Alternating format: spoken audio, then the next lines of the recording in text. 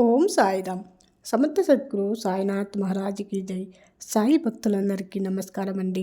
సాయిబాబా దయ వల్ల ప్రతి ఒక్కళ్ళు సంతోషంగా ఆనందంగా ఉండాలని మనస్ఫూర్తిగా కోరుకుంటూ వీడియో చేసిన బాబా సందేశం ఏంటంటే విష్ణు సహస్రనామం.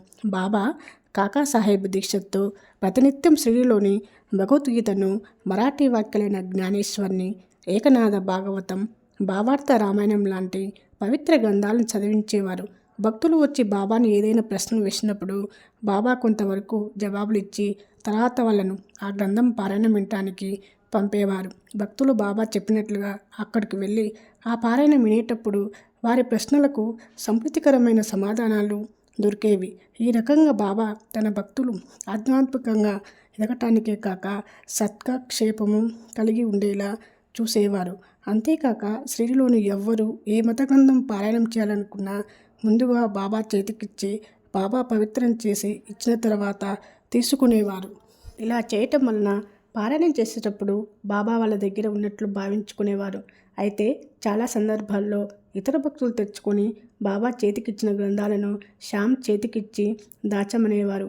ఆ పుస్తకము ఇచ్చిన వాళ్ళు ఇంకొకటి మళ్ళీ తెచ్చుకోవలసి వచ్చేది. ఇలాంటి సంఘటనలు కల్లోలాలు. అందుకే ఒకటి ఇప్పుడు తెలుసుకుందాం. ఒకసారి సమర్థ రామదాసు భక్తుడు ఒక అతను షిరిడీ వచ్చి కొన్ని రోజులు అక్కడే ఉన్నాడు. ప్రతిరోజు పట్టుబట్టలు ధరించి విభూతి రాసుకొని విష్ణు సహస్రనామాన్ని, రామాయణాన్ని శ్రద్ధగా పారాయణం చేసేవాడు. ఒకసారి బాబాకు శ్యామ్కు విష్ణు సహస్రనామం వినాలనే ఆలోచన వచ్చింది.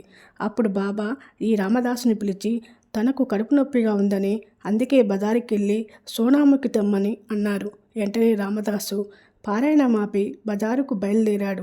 అతని వెళ్ళగానే బాబా అతన్ని విష్ణు సహస్రనామ పుస్తకం తీసుకొని శ్యామ్కిచ్చి ఆ పుస్తకం ఎంత గొప్పదో వివరించి రోజుకొక్క నామాన్నైనా సరే శ్యాము నేర్చుకోమని, దీని వలన అతను చాలా మేలు పొందుతారని చెప్పారు.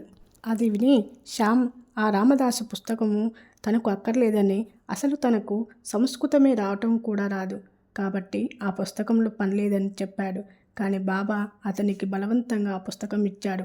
ఇంతలోని రామదాసు బజారు నుండి తిరిగి వచ్చి జరిగిన సంగతి తెలుసుకొని ఇదంతా శ్యామ్ కావాలని చేశాడని అతను నిందించడం మొదలుపెట్టాడు. శ్యామ్ ఏం మాట్లాడలేక నిలబడిపోయాడు.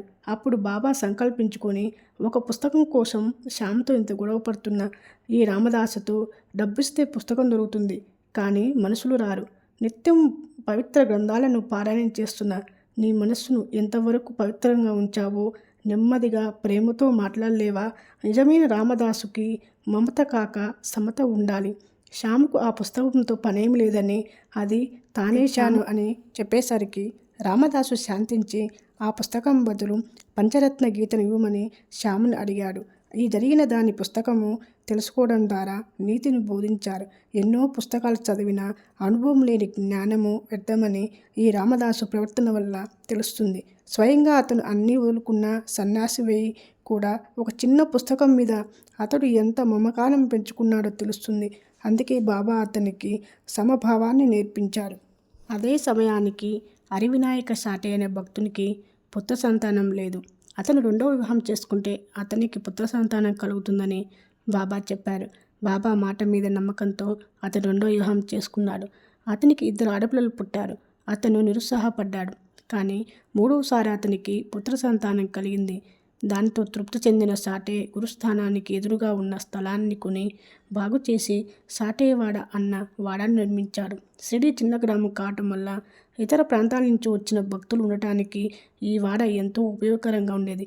అనేక మంది భక్తులు ఈ వాడలోని అనేక మధురానుభూతులు పొందారు. ఓం సాయిరామ్.